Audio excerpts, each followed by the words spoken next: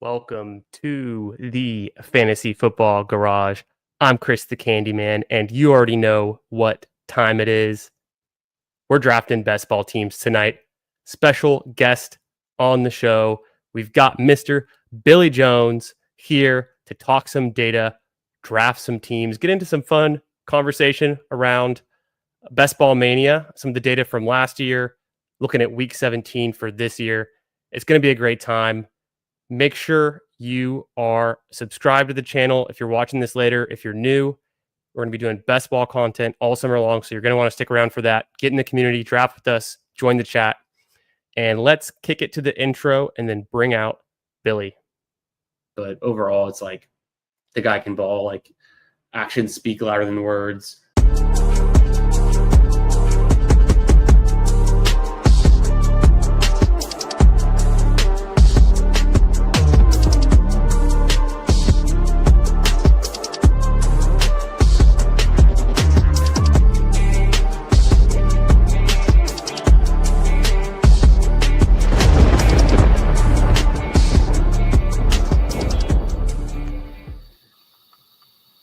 How you doing, my man?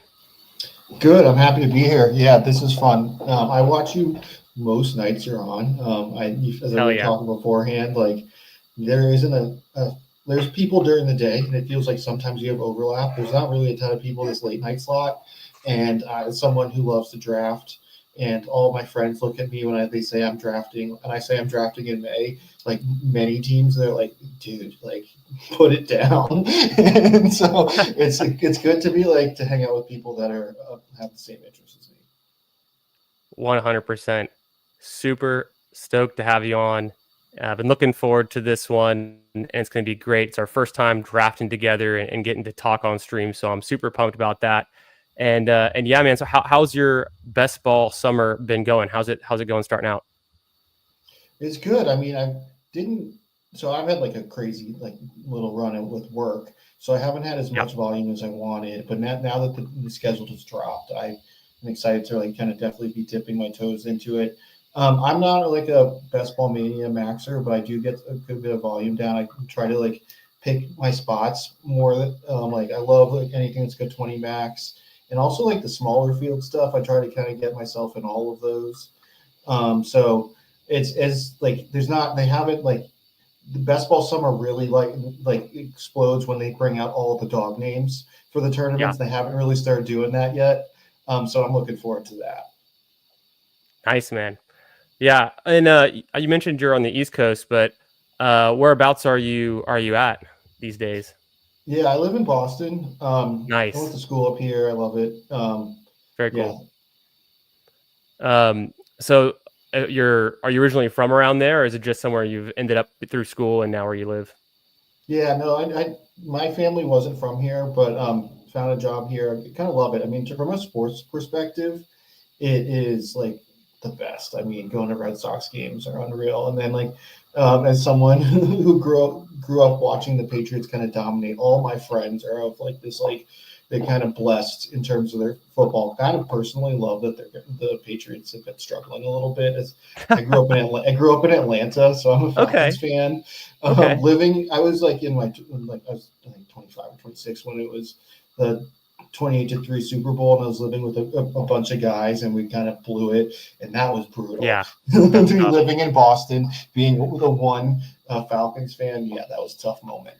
Oh, I can't even imagine that. I remember that game so well. I'm in Houston. I'm a Texans fan, but I remember watching that game with my dad and my brother, as we usually do for the Super Bowl. And one of my high school buddies was in the Super Bowl. Eric Rowe was a Patriot that year, so he was playing secondary. He was covering Julio Jones, and that was just a crazy comeback of a game. I mean, we all know the story there, but very cool. So yeah, and then you said Atlanta, so you're the Falcons connection. That's awesome.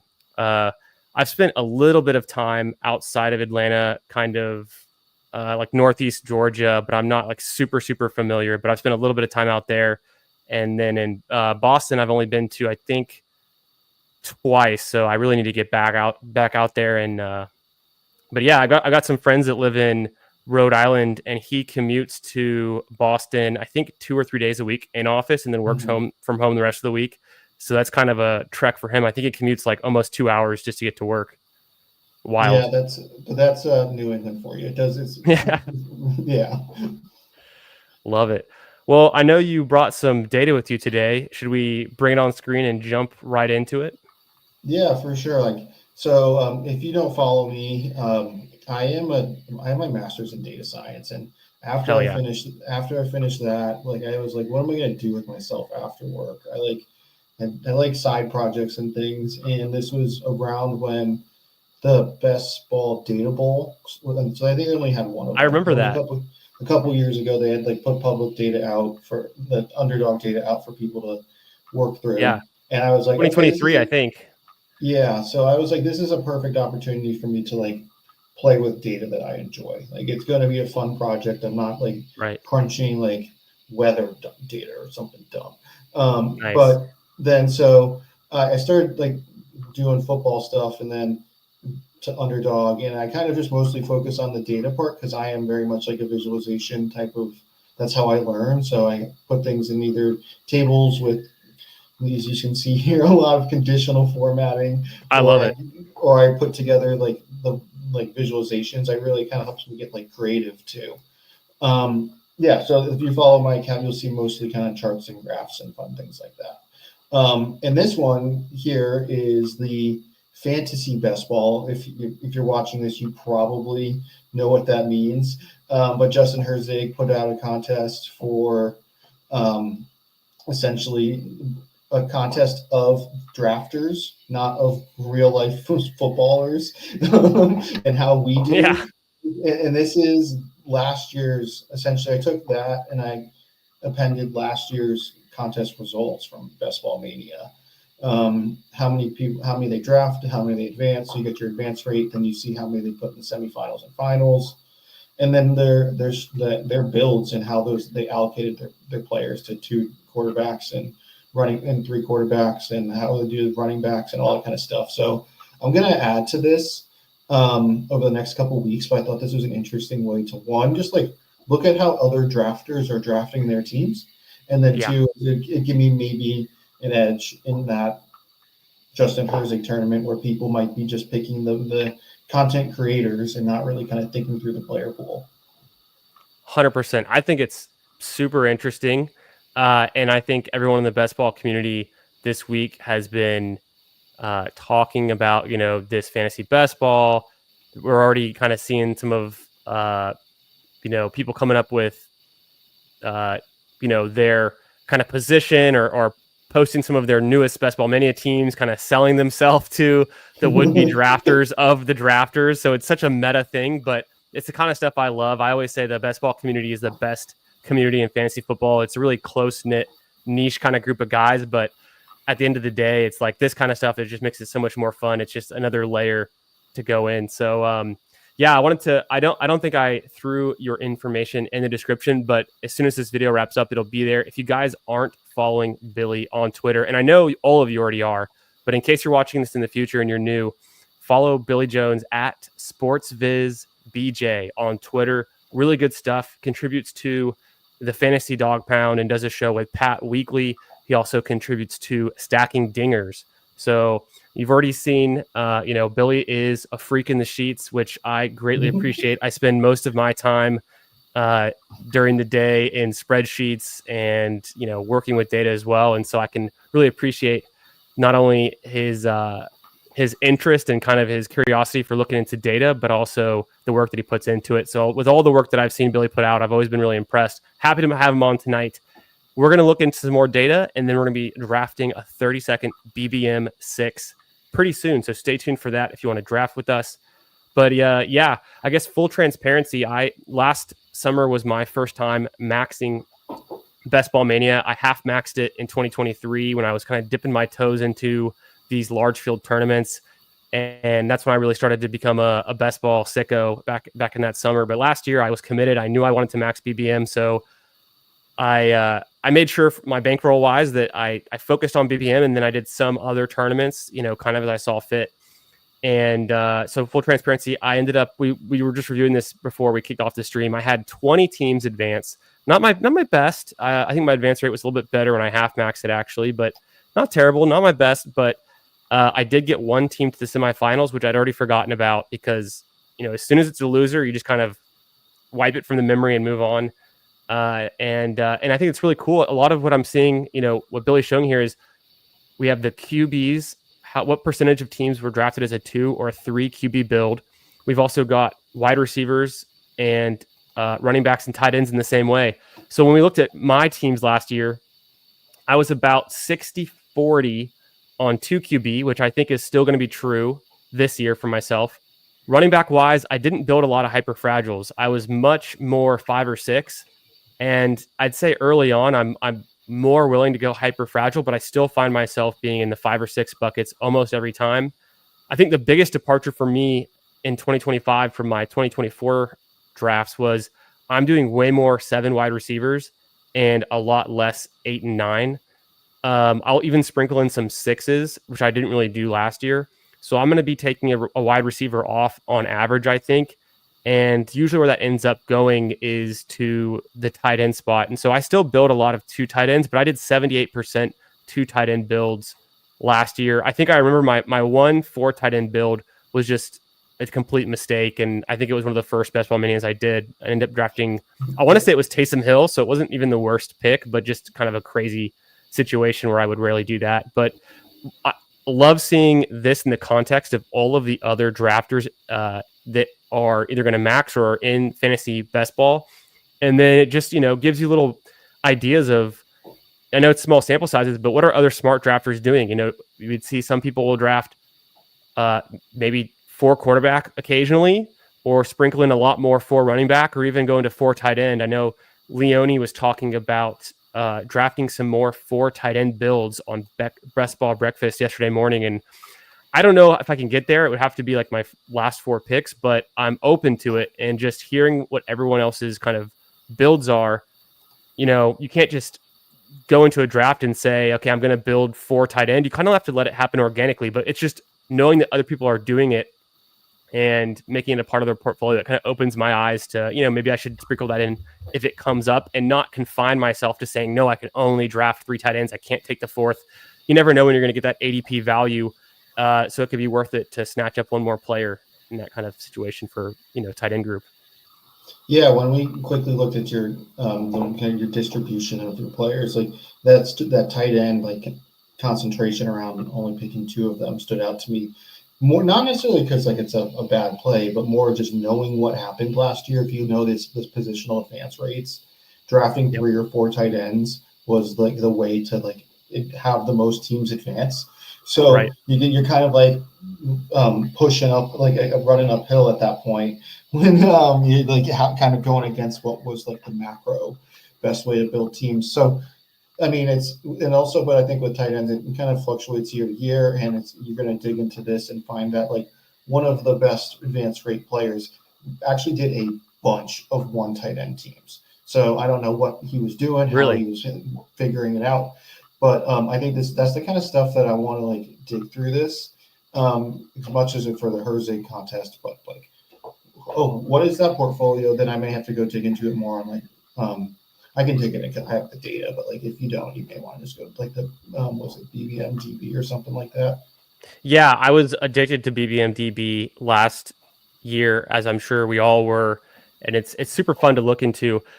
I just thought of this on the spot, but. So I had built that was like 78% or a high percentage of 2 tight end builds. My highest drafted tight end was actually Brock Bowers. And I don't know if it stayed at 20% of my teams, but it was close to either 18 or 20% of my teams had Brock Bowers in a 2 tight end build.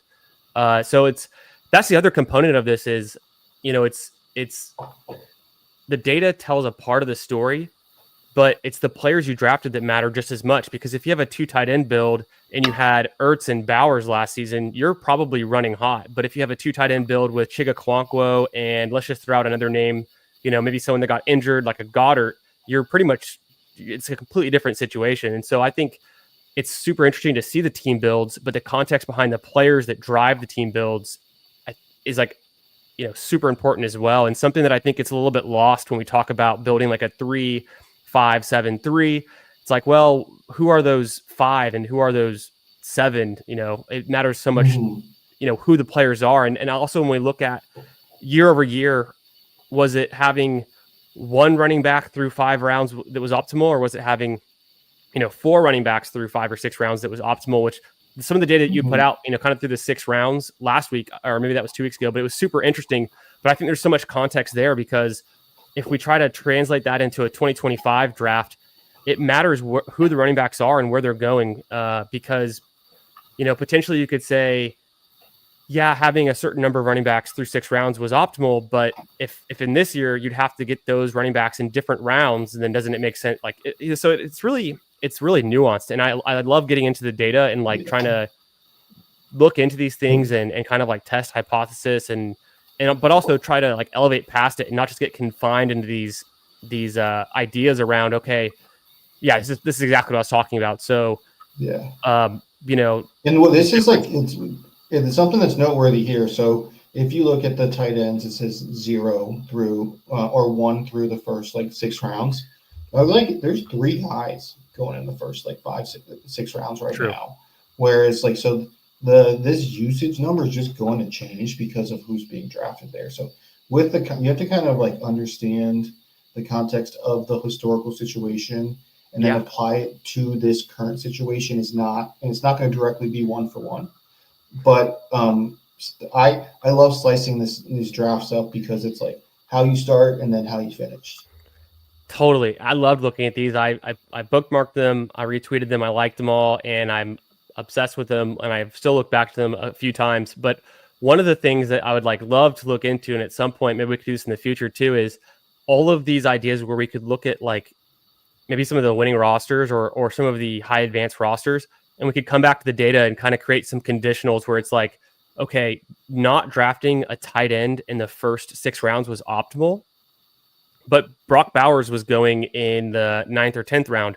What if you didn't have Brock Bowers? Was it still could we do if you didn't draft this way, was it still optimal to have those? And you kind of look through and filter out different players, maybe filter out a Jamar Chase or filter out a Saquon, and then does it still apply? Because that 1 or 2 players could really just skew the entire data set. So it's it was optimal to take 4 running backs through your first 6 picks, but if you took, if you didn't take the right 4 running backs, was it still optimal, or was it actually better to do wide receiver instead?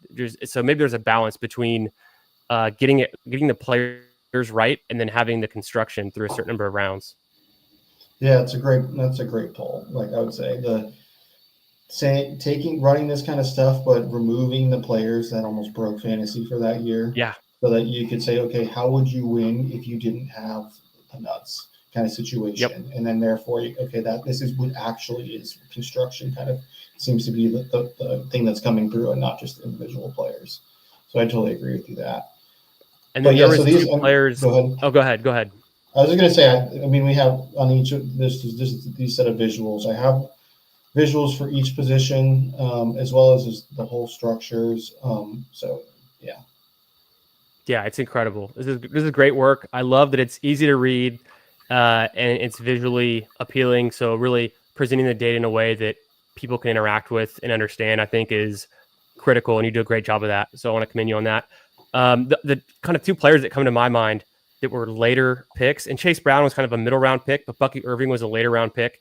It's what would you have needed to draft if you had both of those players on your roster? Would it be optimal then to have 4 wide receivers through your first 6 rounds? Or if you didn't have them, would it be optimal to, you had to hit early running back if you didn't have those guys? So I think those kind of things, there's a lot of different kind of conditions we could put on the data sets to look and try to get insights, because I think most of the teams we draft are not going to be the nuts run out. They're not going to hit on a Bucky or a Chase Brown. Most of the teams we draft are going to be the guys who don't get you there and don't advance your team, because only, a 1/6 of the teams advance even to the playoffs. And so it's how can you just increase the floor of all the teams you're drafting if you don't have, a Saquon Barkley in round 2, that kind of thing. So I think I'd love to look into that at a later time. And just looking at this stuff, my brain goes all different places. There's so many cool things we could look at for sure. Yeah. Okay. Noting these all down, and we'll have another episode. Definitely. And then for I the think you wanted chat, to talk stacking too, right? yes, let's get into the stacking charts. I would love to look at that as well. And then so the chat knows I just entered a 30-second BBM. There's 7 more to start, and we're going to talk about these stacking charts until it fills, and maybe even if it kicks off, we'll still maybe have some more things to talk about on these. I think they're super interesting. These are the Week 17 game stacks. So, Billy, you want to tell people who maybe haven't seen these yet? I know a lot of us in the community have seen these and we're obsessed with the charts that you're putting out, but in case anyone hasn't seen it, kind of what do we have that we're looking at here? Yeah, and I might share a different screen to make this easier to read. Do this one.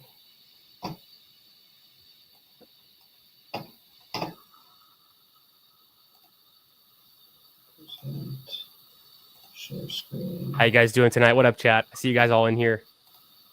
Ready to nerd out. Is that better? Do you want to present that other screen now? Yes, sir. Let's pull that one up. Yeah, I think that works. You might have to zoom in a little bit, but also we can kind of narrate, what's going on. So, Billy, essentially it's each Week 17 matchup. So it's the 16 games, and on the y-axis is the underdog ADP, and then the games going across the bottom, right? Exactly, that's it. And I originally put these together as my way to visualize drafting paths. So I put these 2 people here, and then I can come back to it at a later date and get these 2 people here in the draft, and kind of just drawing out what I can pull off reasonably based on what ADP lines. And then also we know that you want to get some level of leverage on the field, and you don't want to just draft a team that just kind of fits in. Well, it's not anything wrong with that, but you're not you have a couple levers you can pull, and that you're not getting a uniqueness, and if you just kind of draft by ADP all the time. So I thought of this as a way where you see a bunch of players in a specific game that align directly next to each other, so you can't reasonably get, if there's 4 guys in a matter of a round and a half, you can't get 4 of them. You could get maybe one, maybe 2. So kind of just figuring where can you do something unique to kind of build a team that other people won't have. And I really like to do that in the middle rounds, where you still have players that have a good bit of juice, but you're not giving up your 2nd or 3rd round pick to move a guy up 12 picks up the board to do something unique. I think that there's a lot of value lost doing that, but in round 7, I don't think you're losing a ton. Yeah, I mean, this is super helpful, and to really go through and chart out what kind of team combinations are possible. Maybe you'd say, okay, I want to build a Cowboys and Commanders game stack and focus on those players. Well, if I'm doing that, logically, if you look at where Dak goes or maybe where Daniels goes, you can't have a Jaden Daniels team with Devonta Smith or James Cook most of the time. And so maybe you wouldn't be doing that build with certain components of the Bills-Eagles game, but maybe later components like a Kincaid or Goddard or Coleman, you could target and kind of, come back. And so, just looking at, if you were to say, okay, there's 3 games in Week 17 that I want to be overexposed to, and I want different combinations of those game stacks on different rosters, kind of having a checklist of okay, once I commit to Jaden Daniels, this is what I'm going to need going down in these other rounds. Where could I deviate where there's no, players to stack with Jaden Daniels? It looks like from about pick 80, let's just say 85 after B-Rob goes, and then before Dak pick 120. Well, in that range, you could take a lot of different players that are, Chargers or Giants, or you could pivot all the way down to, maybe some Colts. And so kind of planning out, where there's a gap in your stack and in your game stack where you could pivot to other game stacks, I think is really valuable. And if you spend a little bit of time doing that before going into a draft, you might actually get a stronger correlation in team builds than just drafting at ADP, which everyone else would be doing. Yeah, for sure. And if you're being intent, I know we don't want to pre-plan our drafts, but you do want to have some level of intentionality with this is a portfolio. If you think about it from an investment portfolio, you want to have a good bit of diversity. You want to be levered up in a specific way. And then so this would help you think about what are the combos that you specifically want, whether they align perfectly or do you have to do some fanciness to make them happen. And then once certain things fall in your direction early in the draft, you go make the kind of like things happen, and then you get the opportunity to put them in your portfolio. Yeah, and especially when like if you're doing some level of fanciness and it's very correlated, like a quarterback and a tight end and a wide receiver, you kind of all making them fit aligned. That seems definitely more logical than just moving like players up the board because you know better than everyone else. Mm-hmm. One thing you said was, you don't want to go into a draft with a preset idea of exactly what you're going to do.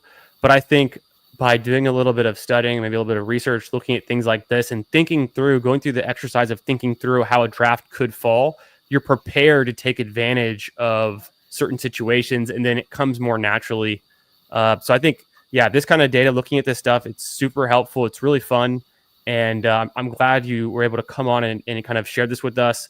We'll have plenty more opportunities to get into the data. Our Best Ball Mania draft has kicked off, so I'm going to switch it over to that now. And nice. We'll have to, boom. Let me make sure we're up on pick 7. So I want to get your impression on kind of maybe who you like in these first 7 picks. We're going to have an option between, it's going to be Lamb, Gibbs, or Genty. If we go by ADP, Puka's going to be there as well. For me, I'm not super high on Genty right now. I do love Lamb and Gibbs. So for me, I'd be clicking Puka. I think that drafting the Rams is going to be I think Devontae Adams only makes Puka that much better this year. Me too. Have someone to actually play off of, and just the whole offense elevates. So that's the thesis there, and it's going to be a pretty nice dome game in week 17. So, let's sign me up.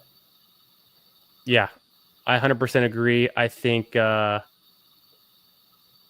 like getting as much Gibbs as I can, and then any wide receiver that comes after him in round 1, I'm open to taking for sure.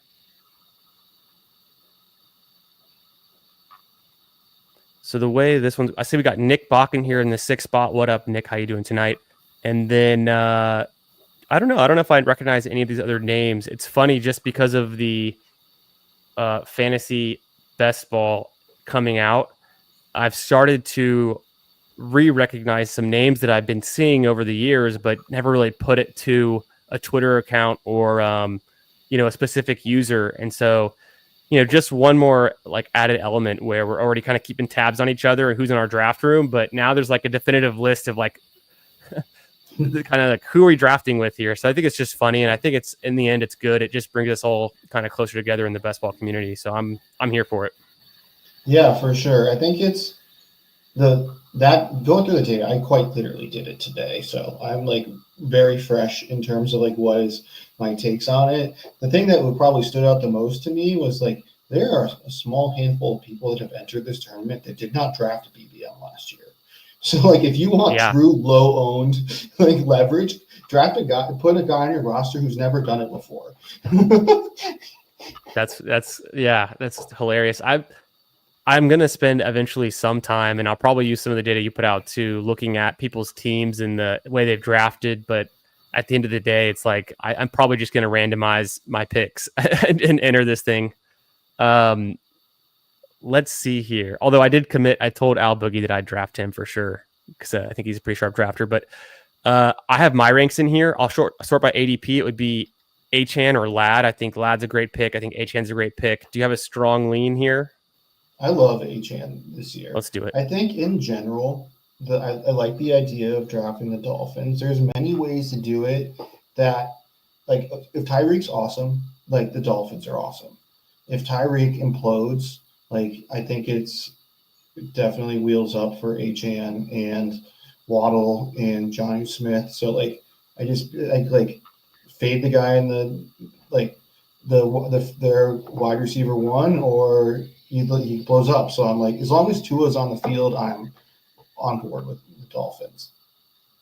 Yeah, me too. It's It's Tua dependent, and so does that make you want to take Tua when you have a team with Achan, for instance? Yes and no, just because like I love the idea of double stacking the Dolphins, but then also having an elite quarterback that can battle a Tua. He gets 3 touchdowns. He supports them to get the points that we need, but Right. you need a guy that's going to be like the other side of it. So I think, I mean, it's very obvious, the thesis, but I like the idea of pivoting away. So I just pulled up. I remember I drafted before the schedule dropped my only Achan team in Best Ball Mania, and it happened to be a Tua Daniels team, which they have the same buy. So the team is not dead, but it's not a great run out for a 2 QB build pre-draft schedule release or pre-schedule release. So I'm looking forward to getting more Achan and making it count. I think looks like wide receiver wise, I paired him with McLaurin, and so I must have taken another running back. I guess it was Gibbs. So I have an Achan Gibbs team that is going to have no QB in week. What is that? Week 12.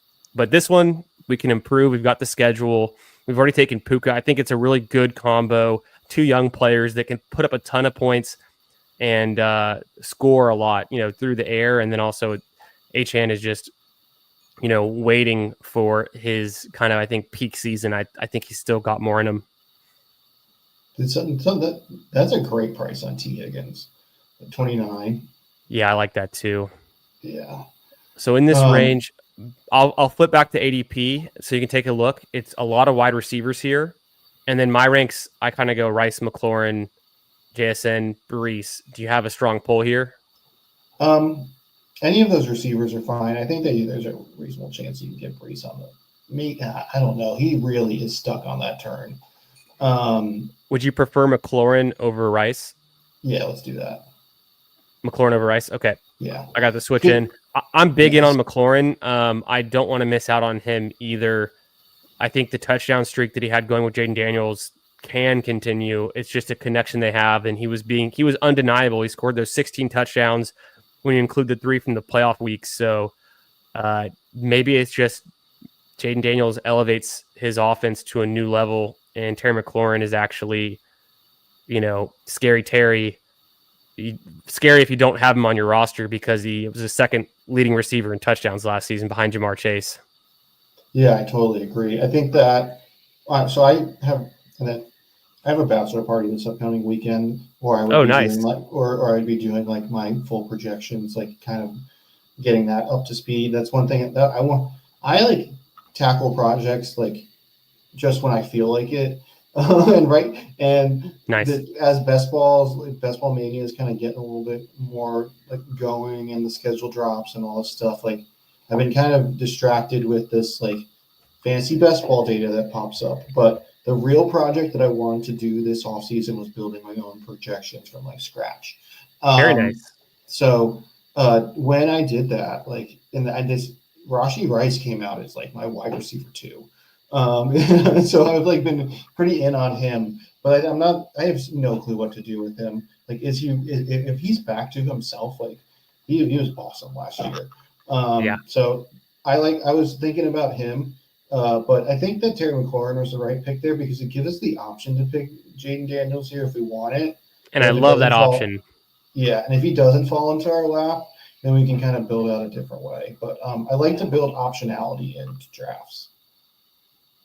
No doubt. I forgot. I keep forgetting to upload it, but I've made a list of stacks and combinations that I'm hunting, and pretty obviously high on the list is the Jaden Daniels with Terry McLaurin, and then you can throw in the either Ertz later or Eckler later is kind of what I think. So would you want to go Jaden Daniels here and just secure the stack? Yeah, absolutely. I noticed you left off one name on that list of people on the Commanders. Who the elder receiver there. Yep. Are you not on Debo this year? I haven't taken a lot of them. I'm open to it. I think where he usually goes, kind of between round 6 and 7. Usually in round 6. It can be fine. He's been great for fantasy in the past. I think last season, maybe scared me off a little bit, but have you done any early projections on Debo, or how are you thinking of him? I mean, projections going from the 49ers is just like that's a tough like puzzle in Not itself, good, just right? because they're so efficient as an offense, but they also don't run a ton of plays. It's just not like other teams. So that's interesting. And then he also is like his profile isn't like other receivers' profiles. He runs the ball. His like A dot is the A dot of a running back. So like he's a tough one Yep. to project. I just am like the offense is I think is ascending. I think that Austin Eckler is he's getting old. Brian Robinson is like a good running back, but I think that Debo's definitely going to get rushing touches. He's going to get like short yards, kind of cheap passing, and like give me all of that. I think with Terry has the more like adult wide receiver routes, and you give Debo these kind of like glitchy routes, and that's fine. Mm-hmm. Will is always kind of like a boom bust player anyway, so you want him when he's cheap, and when he's expensive, you kind of want to be out. Yeah. I was hoping maybe George Pickens would come back around so we could secure one of the Dallas bringbacks. Unfortunately, he goes kind of in his new home range, about pick 50 overall. Could have been a sweet combo there. I think just thinking ahead a little bit, obviously we're going to be looking more at least in my opinion, looking more at a 2 QB build when we have this much draft capital at quarterback with Jaden Daniels. So probably not a Tua build with the overlapping buy, and considering I've already done that in my portfolio, but I think we're probably in a range where we consider anchoring on Achane and then looking back to wide receiver. What do you think? Ooh. Yeah. Ooh, that's a big chunk of running back. Yeah, by ADP and my ranks, it's all running back. So, I mean, I just said, that whole thing, but would you be open to Harvey or Mixon here? Yeah, let's go ahead and take Mixon. Do Mixon? Yeah. Yeah, it's a nice value. And I mean, this is last year. I was so zero RB pilled. Like, Yep. the data had always said it was a good way to draft, and I was going to be more like people were doing it, but I was going to push it further than other people were comfortable with it because I knew that the data how it could work, and obviously that didn't work. Sure. So I've been definitely drafting a little bit more running backs this year. I think Me too. it's just a matter of like how you do it. You want the guys that have enough juice. You don't want the ones that are like overpriced. But you also still need to protect your receivers too if you're going to be doing that. So I agree. I think where I'm more kind of landed is the elite tight end is something I'm kind of passing on, or even middle round tight end. I'm kind of pushing that to fit my quarterback desire, to get the earlier mid round guys, to fit my desire to get like a good running backs and wide receivers. The position that has to go by the wayside is tight end, and that's how I've been drafting it. Makes a ton of sense to me. It's something I've been doing too, pushing tight ends even further. And I have been taking a different approach where last year I was more focused on what kind of team build, doing mostly 0 RB and anchor RB. This year, I'm letting the board kind of come to me, and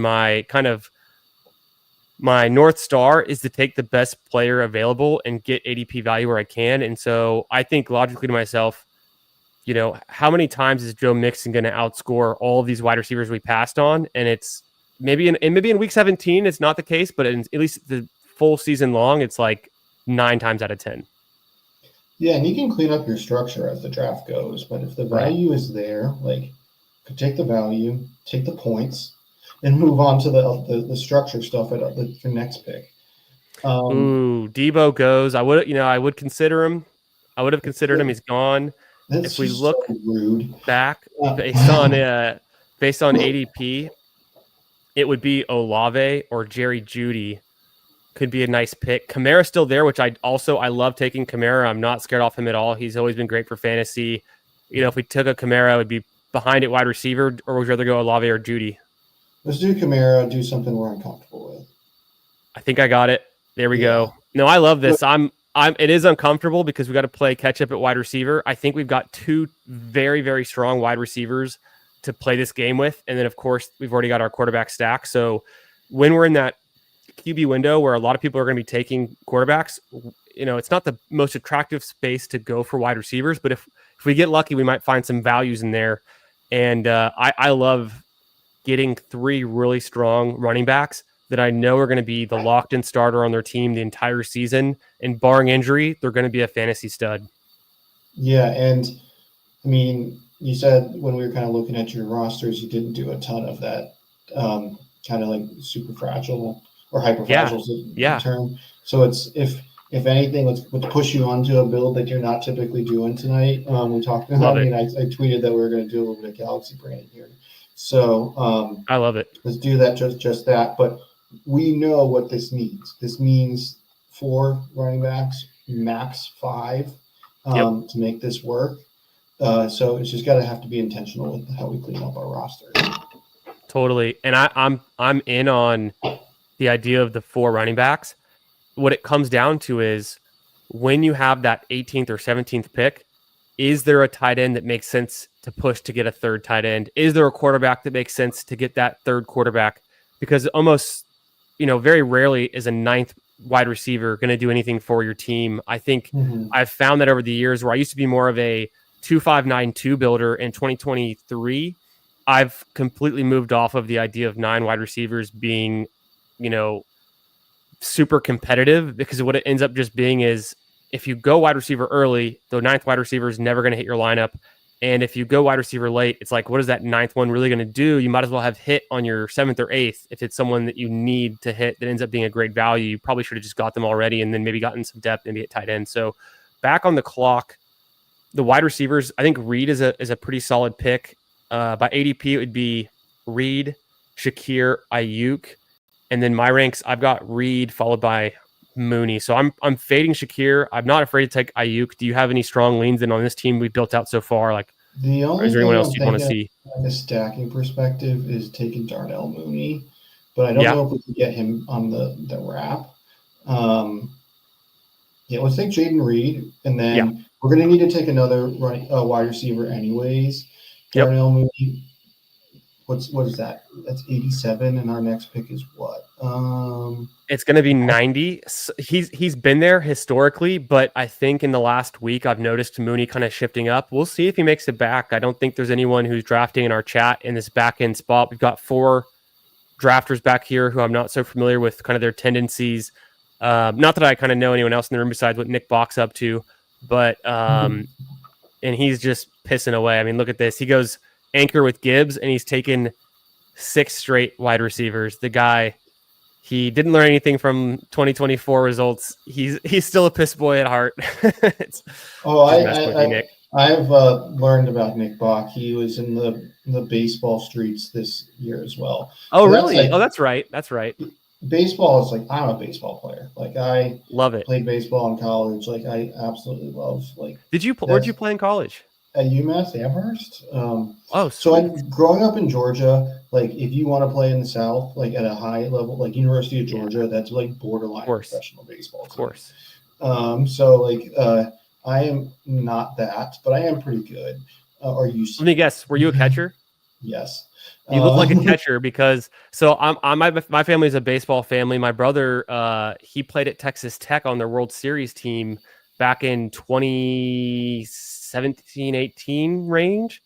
And he lived with 3 other baseball guys, and one of them is a catcher, Braxton Fulford. I don't know if you're familiar with the Rockies and they're kind of guys they're pulling up. So anyways, one of my brother's close friends and roommates, he got pulled up from the Rockies kind of farm league team, and he got his first at bat and his first hit was a home run for the Rockies, and that was like a month ago. So we're kind of all hyped up right now, just following some of his friends and buddies. My brother didn't go on to play after college, but totally, like, I understand that world a little bit just through my brother. And then Mooney's still here, and then we'll get back to, I want to hear more about your story.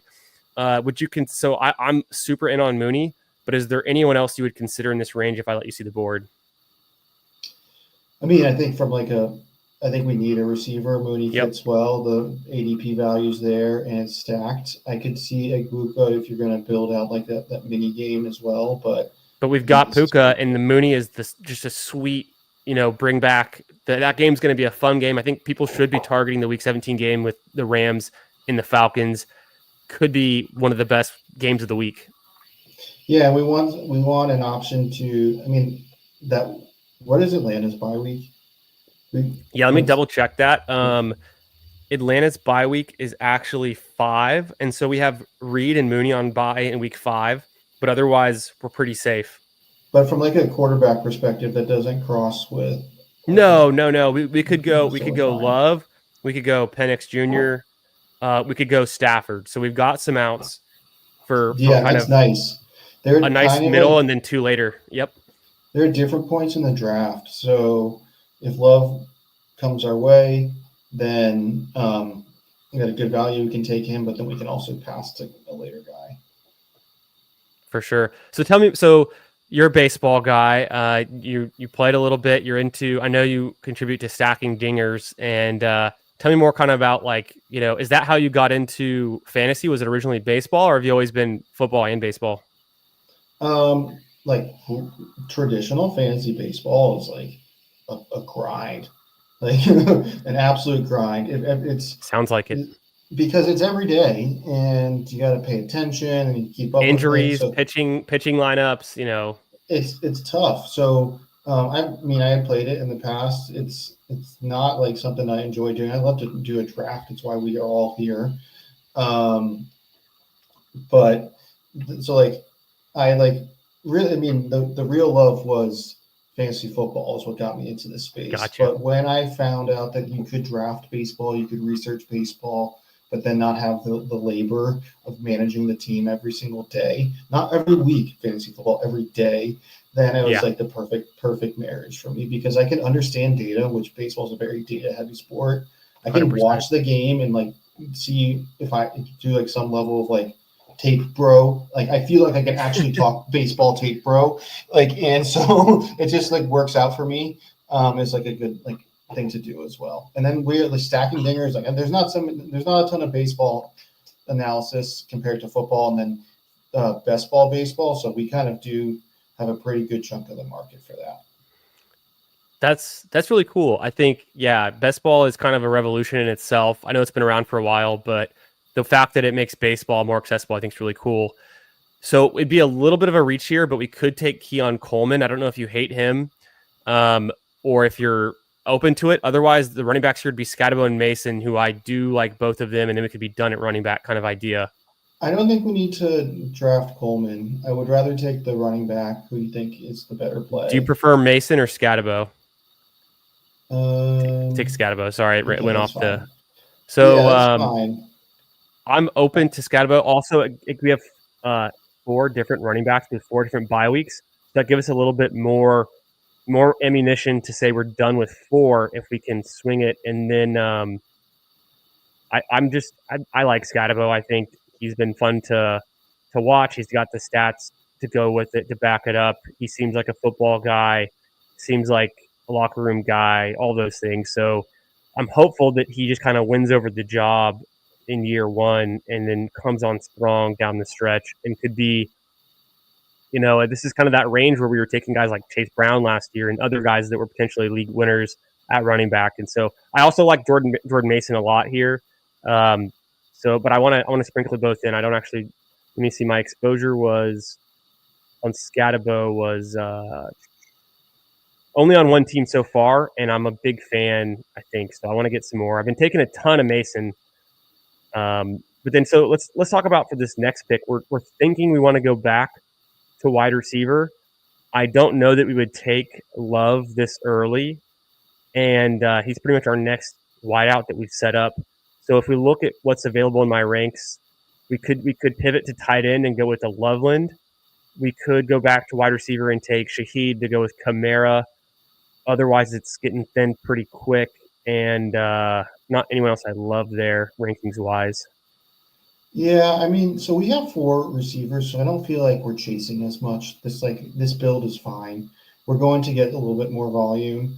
I do like the idea of Loveland here. You're going to build a 3 tight end team with this kind of build, anyways. So noting that he can have a little bit of like wind up before he's really hitting your lineup makes sense to me. So I think that's how I'd go with it. You're feeling Loveland. Do you? Yeah. I mean, Shaheed is coming off a meniscus injury. We never know how players are going to bounce back after that. The QB uncertainty. Although I think Shaheed is a good player and I'm in on him, it's been tougher for me to click him in this range, even when, like you said, in a build like this where we could take another wide receiver since we only have 4, but we're not forcing it. I do think there's a slight, in my mind, tier break, and I'd have to look at my exact. I have my rankings, my tiering that I do. I have to look exactly. I don't know if Shaheed's my last player in this tier before it gets to the next grouping, but it's pretty close. And I think if I had to take a guess, that's probably how I have it tiered off is then Shaheed. But like I said, Saints. Kind of, if we've already gotten Kamara, maybe we're just betting that he is the engine on that offense and scores most of the touchdowns and the high value touches. And so maybe we don't want to be overexposed by taking Shaheed and making a bigger bet on the Saints. I mean, sometimes when I'm taking players on a certain team, just team stacking, and I think it's a high scoring offense that has a lot of potential, I'll do that even without the quarterback. But on a team like the Saints, maybe you just kind of want one singular bet on a maybe a lower scoring offense or just where there's a team with a lot of uncertainty. Exactly. And I think it's fine to draft like players on bad teams, but I don't think you want to make like big bets on players on like whole bad teams. And we don't know who all these bad teams are, but Right. like the general wisdom is the Saints aren't trending up. Like No doubt. No doubt. Their quarterback retired this year. Like and it wasn't like right at the end of the season. It just recently happened. So I don't know. I think the Saints could easily fall off a cliff. And so taking the guy who's going to be their workhorse off with a rookie quarterback and probably the piece that is most likely to get moved, or in my mind, I don't really understand all the contract stuff, but right. I think logically an aged running back who you could just kind of insert as the receiving running back in any offense. I don't even hate if Kamara gets moved to a contender. Yeah. I mean, there's still a lot of time left this summer. Tons can change. I'm almost certain we'll see a few more players get traded, some landing spots for guys like Keenan Allen and Dobbins. So there's still parts of this 2025 season that we, puzzle pieces we don't have yet, which is kind of the fun of drafting throughout the summer and I think it's important if you're going to do a high volume is to get different samples of the draft experience throughout so that you're not missing out on a key window that potentially you can't replicate later on. Yeah, for sure. So what you got? We're up in one pick. Yeah, Jordan Love unfortunately went a little bit early in this one. So we're going to be up at pick 127, and our next pick is going to be after that 138. Jared Goff is there, but we don't really have a way to get to him. Penix is also there. We could probably get him with our next pick at 138. So I'm going to say we look more at the wide receiver tight ends, and it would be Tucker Kraft or Dalton Kincaid by my rankings at tight end. For wide receiver, I've got either Besh or kind of a reach to get Knoll here. I kind of like Besh. I mean, yeah, he gives us like an upside play. If you look at our receivers, there's no like mystery there. It feels like. Yep. Terry's known, and so on. So like this gives us the guy that's got the potentially unlocked ceiling, and even his wide receiver one, I don't think is like a real like inhibitor for him. I think if Jack Besh is good, he's going to take over Jacoby's job. Like so, in terms of number one target hog behind Bowers. So I like that as an idea, and another team in a dome. Love it. There's a slight correlation being at Houston in week 16, so that doesn't hurt with our mix-in. And then our Scatabo, yeah, double connection there. Geno is a late out, although I feel like with the Geno team, I'm going to want Bowers on most of those, but it's just another possibility. And I think this is the range where I want to take swings on rookies like Loveland and Besh, who could be, and even Scatabo, who could greatly, surpass their median projection and take on a bigger role as a rookie that next season we're drafting them, 3, 4, 5 rounds ahead of where they're going right now kind of idea. Otherwise, this is the QB pocket. This is where a lot of backup or ambiguous backfield running backs go. And then you have of course, the QBs and kind of a tight end range too. So, I think we're in a good spot that we were able to get Besh on this squad and he kind of fell to us. I think it makes a lot of sense. Yeah, I think that so I do want elite quarterbacks, but it is so comfy to draft quarterbacks in this range, because you're able to like push the other positions Yes. up. So what are your thoughts? We kind of want a Dallas Springback. If we do, we could go Hollywood Brown to get a nice ADP value, almost 10 picks, or Jaden Blue, just 8 picks after ADP, kind of a upside risky bet. I know we've got 4 running backs, and then Ferguson, who also in this range. How are you feeling on these? I think I would nix Jaden Blue. You want to go Ferguson or Brown? Let's go Ferguson. Let's get the correlation. That's what I was thinking, actually. And then it's like, if we have to go really thin at tight end, I could make this work. But if not, I also feel really comfortable with I could stop with these too. I mean, I'm on record of doing it too often, but I think it's possible. I just don't know. I don't think we're going to need the extra receiver or running back or QB in the last 2 rounds, and so we'll end up throwing on a tight end. I think we won't. But so I already know how I want to build this. I mean, in terms of my tight end too as well. So I'm not going to say it yet, but I have it in mind. Love it. Hey, private chat. Private chat. Yes. Don't do this enough. I'm still learning as well. Every time I stream and do these drafts, I'm learning something new. I'm interacting with the chat to get their vibes, and hopefully they teach me something. Hopefully I can teach them a little thing or two. And we one of the things I love to do with the chat too is we adjust our priors, test out kind of our hypothesis. Is this player good? Was he good for best ball? Is this a good player? Is it a good situation? What can we kind of come together on? And even though we don't always agree on the same takes, I think just the back and forth in the open debate, whether it's being a ball knower or being a film guy, or it's using actual data and numbers to prove it, I think is healthy and it's great. And it helps kind of round out all of our thinking. So I try to push back on the chat as much as I can with some good data and share some data with them as well. And that's why super stoked again to have you on, Billy, and sharing what you're bringing with the data visualizations that you've done and some of that data. So make sure, guys, if you missed the beginning of this, make sure you're following Billy on Twitter. He's at SportsViz, VIZBJ. Goes by Billy Jones on Twitter. And I think most of you are already following him, but give him a follow, and a lot of good stuff coming out of his account. So you're going to want to take note of that, and there'll be plenty more this summer. We're about to be back on the board, 151, and the QBs are thinning out fast. Do we grab Stafford or do we push, you think? Because there's the Devontae Adams drafter. He has 1 QB. Yeah, I was thinking, so who do we need to avoid if we want to push Stafford? So we know we don't want Tua. The bye week is also, you've already done it.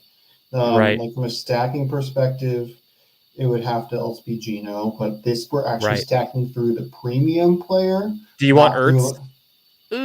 I think Ertz could possibly be there on the way back anyways. Yeah, we can wait on Ertz.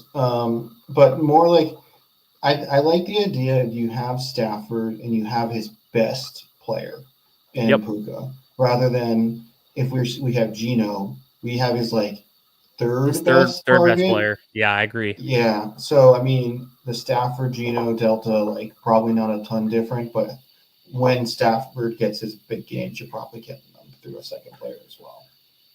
I've usually tried to emphasize doubling down on your early draft capital bets. And so when you take a Puka, you don't have to go Stafford, but ideally you're going to want to make bets on the Rams. So whether it's getting Stafford later, in my opinion, it could even be taking, a running back or a tight end on that team and just saying this team's going to overperform. They're going to score more touchdowns than they did last season. They're going to go above their projection.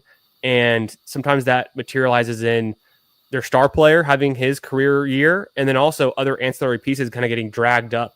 And so we've seen that in a lot of situations. I think if you think like to last year, again, going back to Jaden Daniels, he raised the ceiling of all of the players around him. We had Terry McLaurin have a career year. We had Ertz have a bounce back season. I think the running backs could have had better years if they had their kind of, Eckler missed a few games, and then B-Rob kind of missed out on some touchdowns. But all in all. Yeah, as we're approaching our pick, let's definitely take a look at the wide receiver position. I was just thinking that. So we could, I don't know if Dobbs is going to be there on Green Bay when the season starts, but we could take another Packers receiver.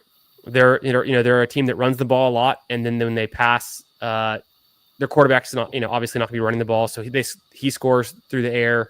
Love does. Pierce, I think, is just a good best ball click. Thielen, kind of a reliable veteran. I don't know how you feel about Thielen, but he's seemingly never aging. Would you take any of those guys over Ertz? Yeah, I think I would take any one of these guys over Ertz. I'll let you make the choice. I think that I rank them in this order of the receivers.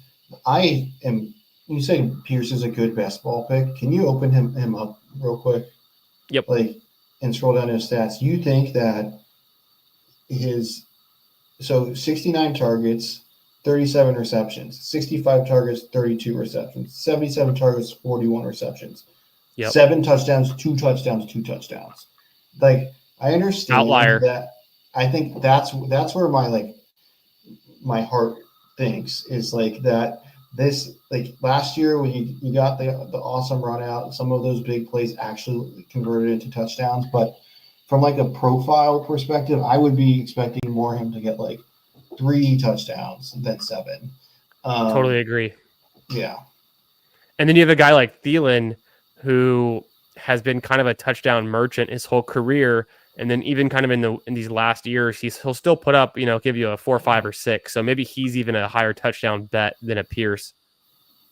Yeah, I think if you're going to, especially from an average perspective, if you're going to give me a bet straight up, absolutely. The one thing with Pierce is he does seem to have a profile that when he goes for 2 tutties in a game, they're both for 60 yards, and he probably has another 1 or 2 catches in there. So, yeah. That's true. Yeah. I noticed we've got now 3 wideouts with the week 5 bye, and we've only gotten 6 so far. So as we think about our next 2 wide receivers, I'm thinking we'll probably get to 8. I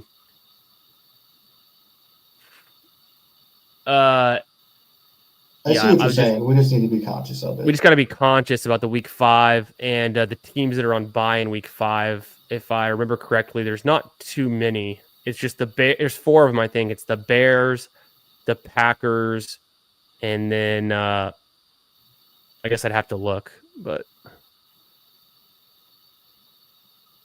the Falcons, right? We've got one of those. Mm-hmm. And there's one last team. I can flip over to I'll look, and then the Steelers, which I don't think we have to worry about that. Okay, so we're back on the clock. We've got 4 picks left. We're probably going to want to continue to hammer wide receiver. It's either the young guy or the old guy. So you're open to Allen as well? I'm not opposed to Keenan Allen. I think just very simply, when he signs on a roster, he is moving up the board.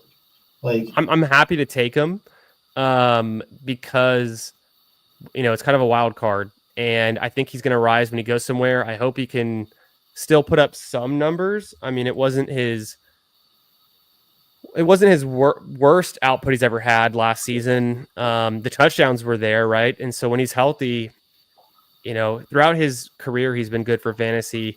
Maybe he just keeps that going, healthy. And I don't know, so I think it's a wild card pick.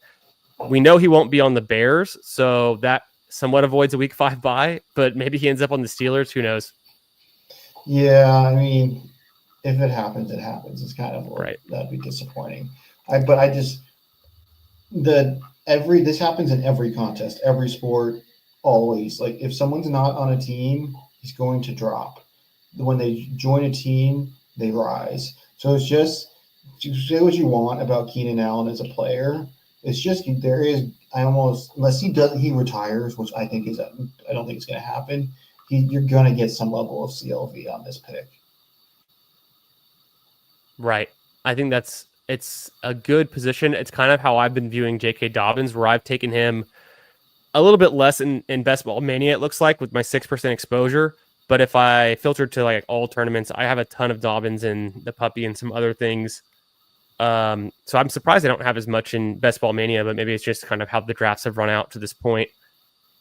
I liked the idea that you had in the private chat with that one rookie player.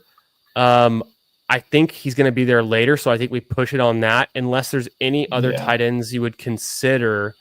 For me, I think Otten's good, but I don't want to force him onto just any and every team. The one thing I'll say is he does play into our Achane Week 17 matchup, but that's not really that strong of a connection if we don't want to go there. Yeah, I think that's like I did actually wrote an article on this for Spike Week last year on like player correlations, and running back to opposing tight end is a pretty weak one. It's pretty thin, isn't it? So pretty thin. I'm open to, I think, Coker, while he's going to get buried on the depth chart, we'll just say that as much, but he looked good when he got the action. Otherwise, it would be like a guy like Slayton, or if we scrolled down, we could scroll down and go with the guy. Okay, I think we'll just take Coker here. It's a small value. I wonder if he keeps just falling throughout the summer, though, because it seems like he's going to have to beat out Leggett again to see the field at all.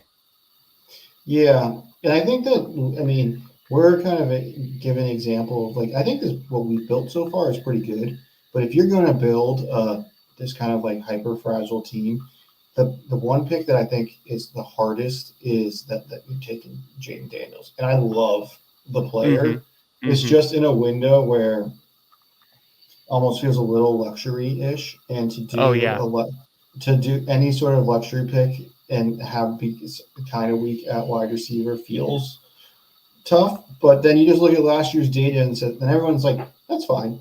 So like maybe like these builds are necessary in a well-rounded portfolio.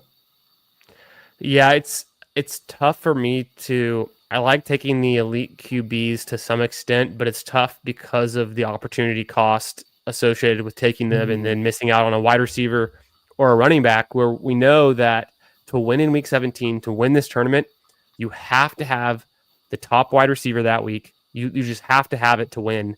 And those top wide receivers only come from a certain number of rounds typically, where on QB, you don't have to have the highest scoring QB to win it all. You can have, there's maybe 3 or 4 QBs that can get you there week 16 and week 17. And so I think that's kind of where I come back to the elite QBs just not being worth it most of the time. I don't want to be without them because at the end of the day, Jaden Daniels is the type of profile that could break fantasy, right? I mean, we've seen how good it was in his rookie year. If he's even better as a passer in his sophomore year, it's like, what is his ceiling? It's probably something we've never seen before. It's all it needs to be is like a better professional quarterback. Like, right. That's all. Understand systems better, understand defenses better, which is the expectation for someone in the second year of the system. So, I totally agree with that. And like the way we've stacked our quarterbacks, awesome. Like this is the dream. You stack it through the premium players. So even though we feel a little thinner of how we started with wide receiver. Do you think we go one more running back with this pick? Sorry to cut you off. Or do you think we go? We've got some bets on Green Bay. We could do Marshawn Lloyd, who might have some projectable touches in year 2 healthy, or we go Corum or Hunter and bet on the Rams again. Let's go Jarquez Hunter. That's a lot of fun. Yeah, I like it. I'm into it. I've been moving Jarquez and Quorum back and forth in my ranks. I slightly put Quorum ahead because I heard someone anecdotally say in the last week that the Rams don't give rookie running backs touches, and I don't know if that's a new thing or a McVay thing, but it would make sense why they didn't give Quorum a lot of touches. Or devil's advocate, the other side of that would be Quorum just wasn't good for them, wasn't what they wanted, and they're trying to replace him with Hunter, and then Quorum doesn't get touches again. It ends up being Hunter. We know they're obsessed with Kyron, and Kyron is volume and touchdown dependent to produce in fantasy. Can a player come in and complement him in a way that's more efficiency per touch, like Hunter could potentially do, and then there's more value than just being a one kind of running back that takes all of the high value in that backfield. And also, like I like the fact that we're making another bet on the Rams. Why are you saying that they don't use rookies? Just because I heard someone anecdotally say that because Quorum and Kyron both didn't get used their rookie years. But if I think back longer term, I guess that would be Gurley, who they definitely used, right? And then was before Kyron that, healthy? I thought he was going to be the guy, and then got hurt, and then never was really given the opportunity. I think that was true. I think didn't he have a foot issue his rookie year? Yeah, something like that. I have to look it up. I know we're not going to want Marshawn Lloyd. The player that you had private chatted about, Terrence Ferguson, who people forget, went in the second round with the Rams' first overall pick. Wasn't that right? Yes, exactly. Yeah. So this is a guy who I'm particularly excited about. Tell me more. Because of the undrafted component of it. Right now, he's also they have their two premium receivers, but there definitely is opportunity for targets on this outside of those two guys. Yeah. Tyler Higbee has never really been inspiring to me.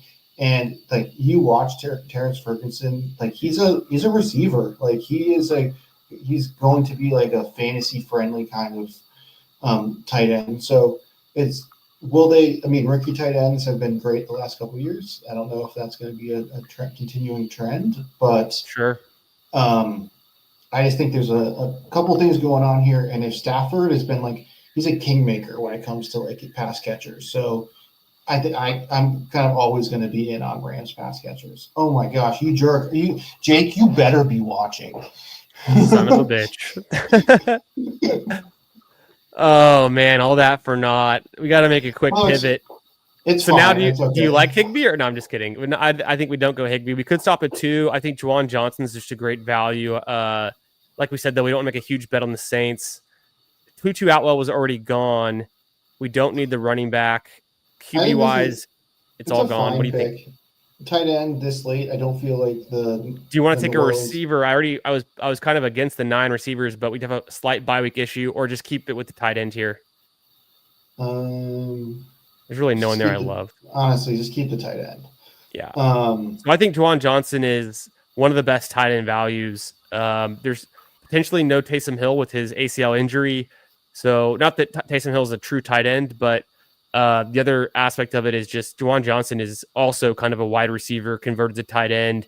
His stats over the last 2 seasons have been really good. I think he's got 100 catches combined in the last 2 seasons. If we look at that, no, I lied. But his is this his stats? Juwan Johnson? Okay, I think I was thinking over 100 targets, but pretty close. I mean, almost 90 catches, and somewhat of a. I think he might have missed some games in 2023. Is maybe what I'm thinking of. So maybe it's like annualized for the 17 game pace. Maybe that's where I was thinking he's close to 1,000 total yards, and then decent with the touchdowns. I have to look more into that because I think I was thinking a little bit more, but it's an 18th round pick, and it gives us another player who can cover for us in the early weeks, can have a spike week in the playoffs. I just do want to say the chat does somewhat agree with me, or it doesn't hate my take on this Ferguson. So that makes me feel good. We didn't get the guy. Maybe I should have left it off and not start talking until we made the pick. But I stand by my position, and he will be a large part of what I do this summer.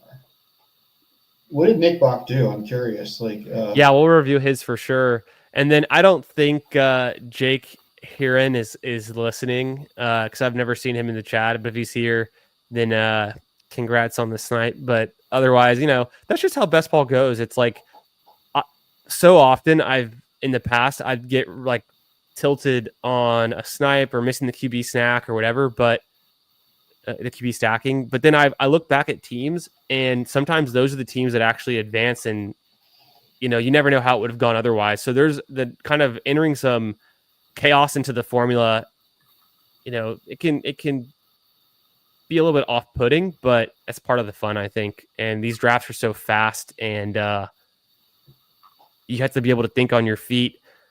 I guess to that extent, because I'm maxing the Schnauzer only through, I did a few fast, but I'm mostly finishing it out through slows. Do you have any takes on fast versus slows? I think I'm pretty good on the clock. Yeah. And so I don't think that I extract my own personal value when I do slows. Yeah. So I've like done them in the past, like, oh, I'm going on vacation, I'm going to enter a bunch of slows and check it. Like, those are my worst tournaments typically. So I've like made the stayed away. And yeah. I would agree. I've done more slows in the past, and it's usually vacation centric, and then it can be tournament specific too. Like I said, like I don't really want to do any slows in Best Ball Mania or other contests where my edge is the fast drafting, scooping up the values, not letting other people have enough time to think things through that I've already thought through and I'm ready to do and implement. Where in the slow drafts, I think it kind of levels the playing field in that regard a little bit. Kind of, I think what you were alluding to. Yeah, we'll definitely take a look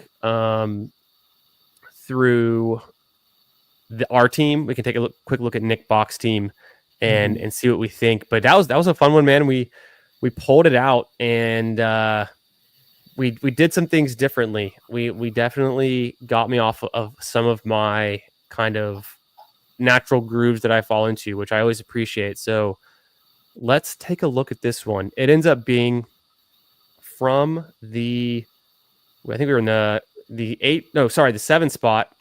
We go with the 2-5-8-3 build.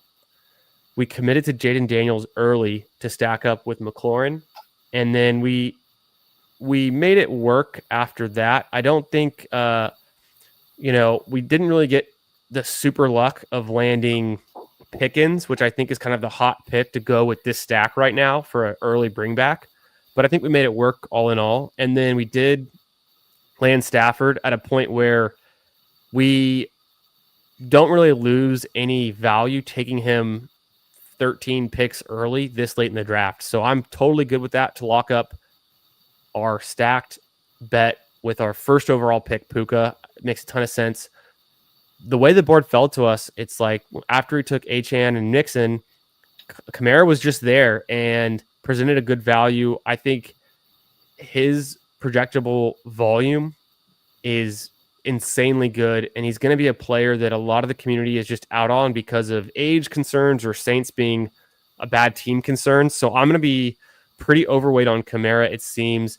He's a player that I've given up on before in the past. I think it was the season where he had his legal troubles that I was like, that could be very off-putting, and then he only ended up missing 2 games and was still a smash for fantasy. So a guy I never want to count out. And then we have Scatabo, who I'd like to get more of. That kind of works in nicely. And Jarquez Hunter for our last running back, again, with our bet on the Rams. So taking those 5 running backs, potentially we could have stopped it at 4, but I just don't think there was another receiver that we were crazy about. And then there was no obvious quarterback to take at any point after we missed out on Love kind of in the middle of the draft. So what do you think about this wide receiver and tight end group? I do want to jump back on the running back. Oh, yeah, please. At one point that I do like the texture of scoring here. Achane, Mixon, and Kamara will be really strong at the beginning of the season. Yeah.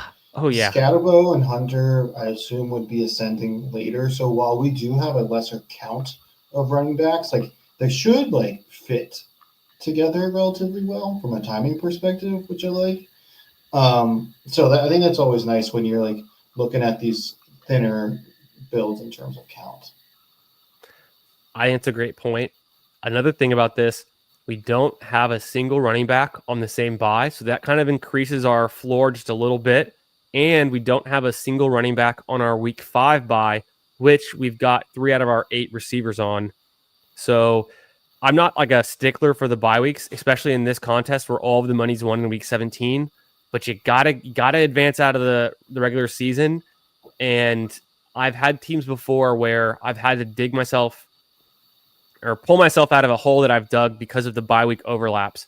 So where I can just kind of use it as a tie break or use it to slightly influence my picks in the positive direction, I think it's something just to be conscious of. Completely. Tell me what you think about this receiver group.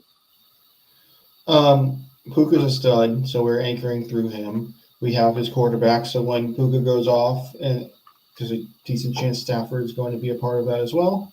Then we also have Terry McLaurin, too. Had a big year last year. Offense is only going to get better this year with the addition of Debo and the improvement of a rookie quarterback. So that pick. If he can be a touchdown merchant again, then we're really good there. Then we have Jaden Reed, who profiles really well for best ball, can be really spiky. Darnell Mooney, who really popped off last year. Also want to note that each one of these guys right now has been at a decent value, even though, or at the appropriate price, while we felt like we were somewhat behind at the position because we invested at running back early. We didn't have to chase a bunch of guys here. Were they some of my main targets? Not really, but that's totally fine because we're not overspending. Darnell Mooney also fits from a stacking perspective. That's going to be one of the hot games this year to stack up, and we're kind of passing on the Falcons' premium pieces, which is nice leverage. Then this is kind of where we start to also take some swings. Jack Besh is a home run swing right there. Romeo Dobbs is going to help us run routes. Keenan Allen's a home run swing, and then Jalen Coker is going to help us run routes. So it's you get a little bit of both there. And then tight end, we have our high upside swing drafted in the first high end of the first round, Colston Loveland.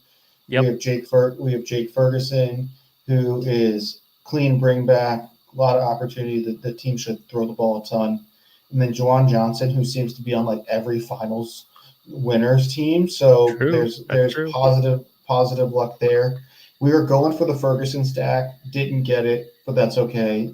That's what's ultimately going to let us have this team win BBM is because we got sniped. So it's okay. And I think it's super early to know for sure, but the Cowboys, they could be kind of changing things up, getting more targets to Pickens, still utilizing Tolbert somewhat. Maybe Ferguson, his role diminishes. Maybe they're bringing on some of the other tight ends that they've invested in with draft picks over the last few years. So I think going 3 here makes me feel especially good that we're not relying on Jake Ferguson for season-long production.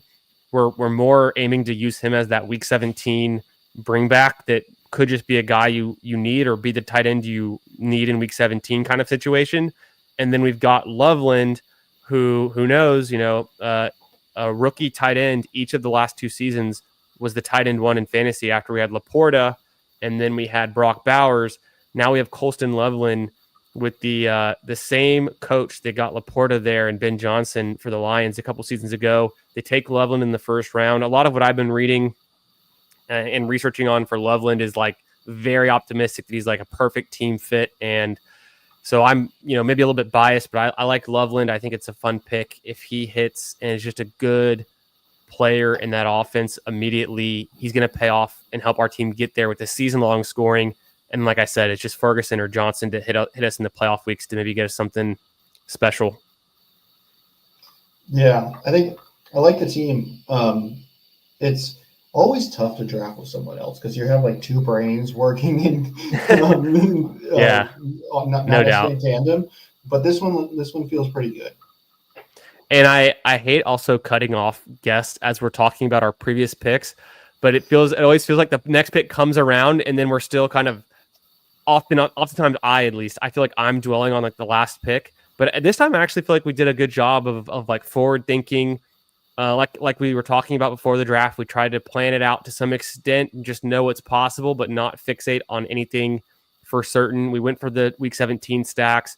We're able to hit the bringbacks on both of those in some extent without being overly extended into, certain games.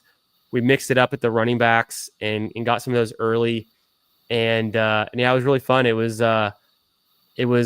can always, I think, like you said, be challenging to balance two people's opinions. But I think we did a good job of drafting this one together, and it's the start of hopefully many more, because it's going to be a long summer, and you're always welcome to come back on this channel as a guest and draft with the chat and with me.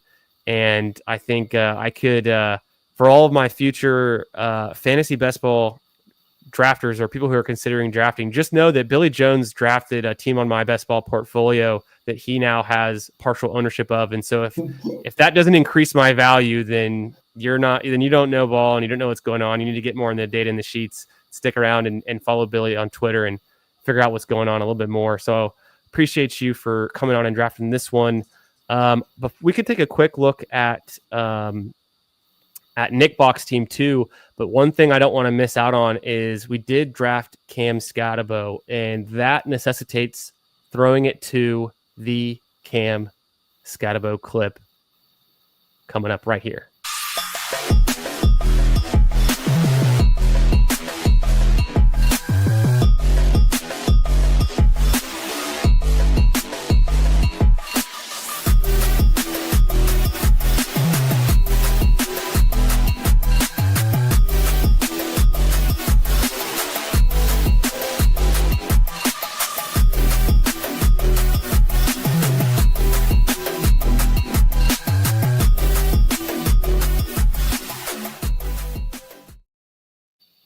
You make that clip?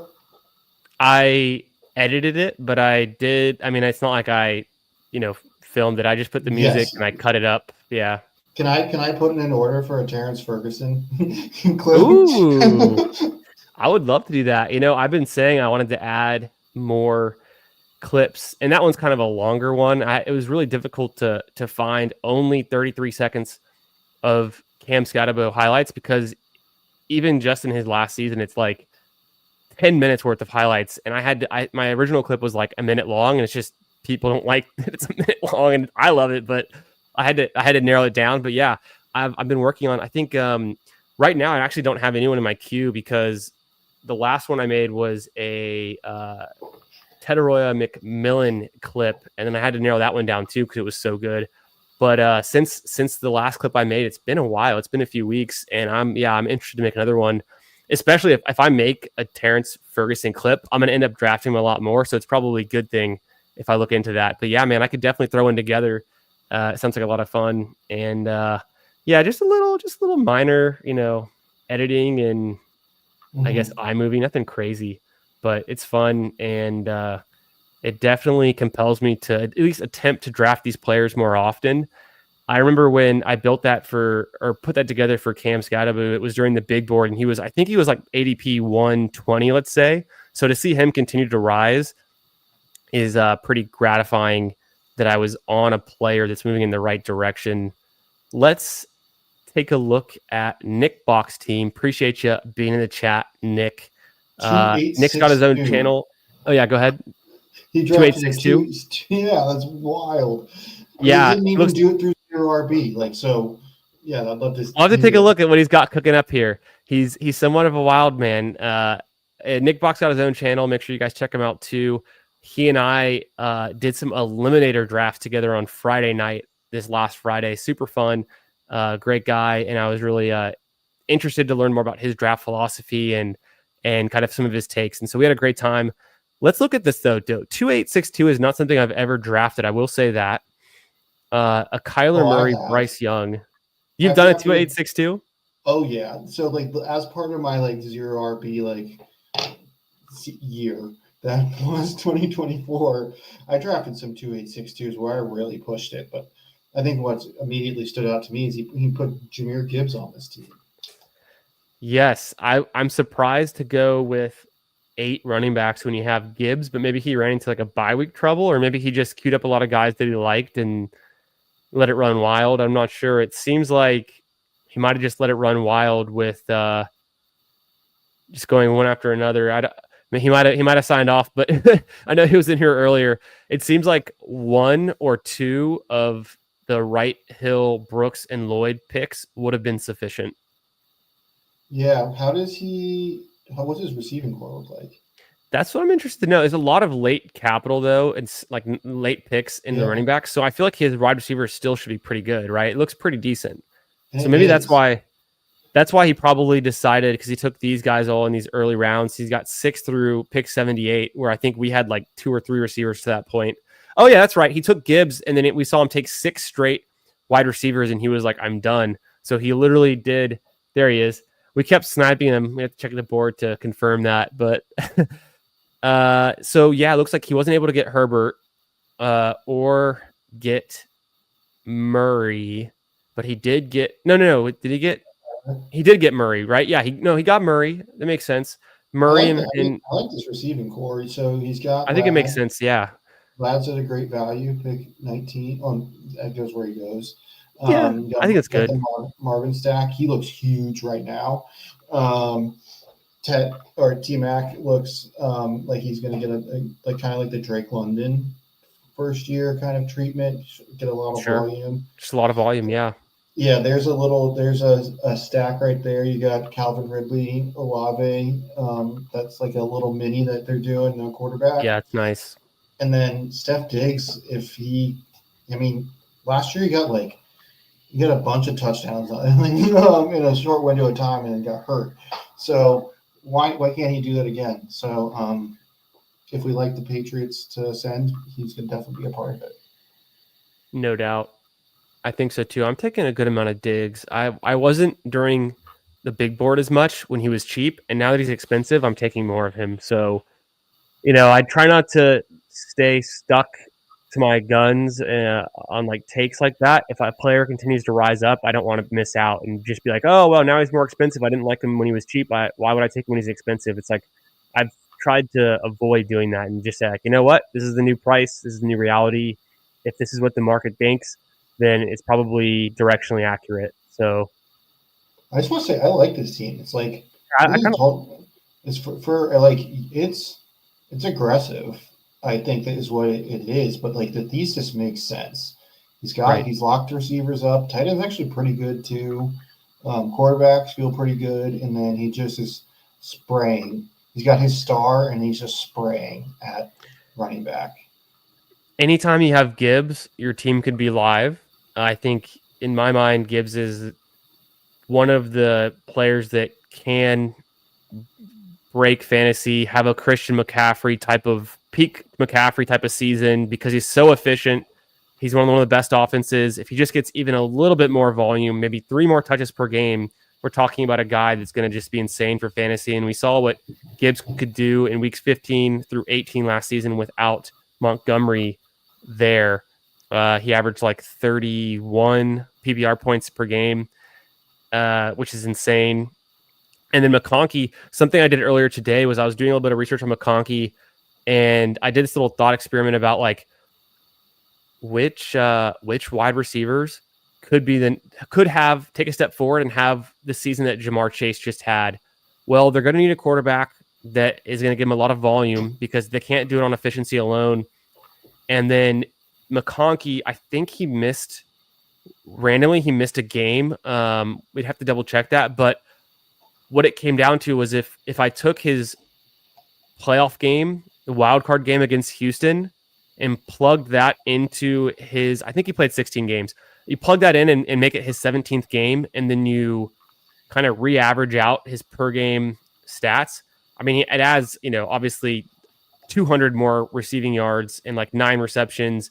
And I think it was either 1 or 2 touchdowns, but PPR scoring, he goes from like 15 points a game to like 16.5 points per game, which is right in line to what Jamar Chase did 2 seasons ago, the year before he broke out with his career last year.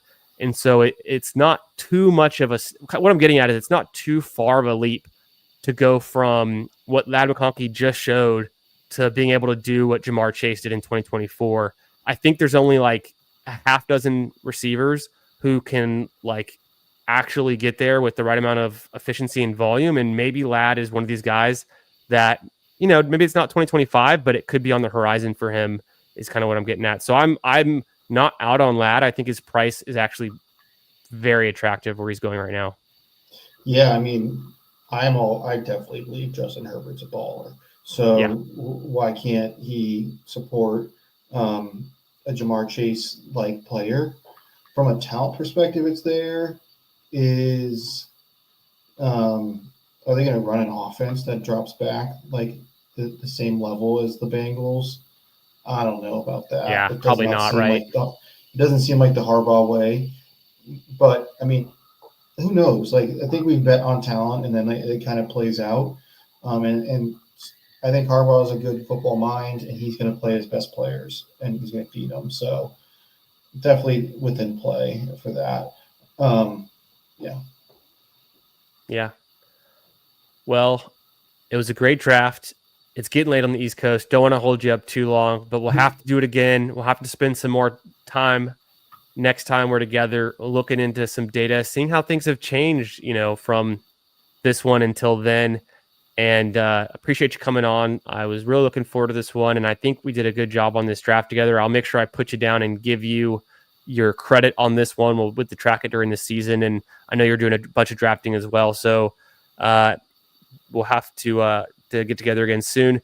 Go ahead and for y'all watching in the future, I'm going to be adding Billy Jones's Twitter connection down below in the description. So if you're watching this later, you'll see it there. But Billy, go ahead and tell the people what you're up to, where to find you, and all that good stuff. Yeah, so this season I am doing content with the Fantasy Dog Pound weekly, or not doing it this weekend because I said I got a bachelor party, but weekly we're reviewing ADP movements as well as when I have data projects, we're reviewing them, talking through what it means. That's what I do all off season, is kind of data things as they come up, as they interest me. If people that are watching the show are interested in stuff and they can't write code themselves, definitely just message me and I can see what I can do. I'm just always looking for the next fun thing to do a little bit of research. Awesome. And I forgot because you mentioned this earlier, but where's your bachelor party going to be at? We got like a house in the mountains. We're playing golf. There's 20 of us. Ooh. It's the place has like a pool, and even though it's not going to be that warm if you're up in like up this way, it's definitely like a little chilly to be going in the pool, but there's like a volleyball court and stuff like that. So I made this comment to someone at work, like when you're 22, 23, 24 and you go on a bachelor party, that's like you rip it. You go to Vegas and you go all out. When you're like 30 years old and you're on a bachelor party, it's like golf and a brewery. You still get so much better. So much better. The current tier of bachelor parties. I love going to destinations with the bros, golfing, kicking it in a lake or a river, and just spending the time together and catching up with everyone. Usually people kind of spread out for work and for life, and then come back together. I love that.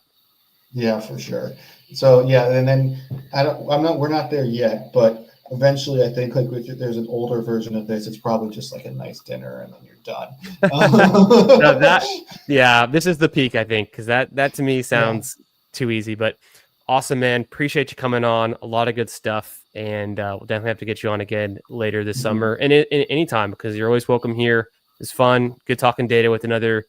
And I say this affectionately, but a data geek, a data nerd, someone that appreciates the numbers.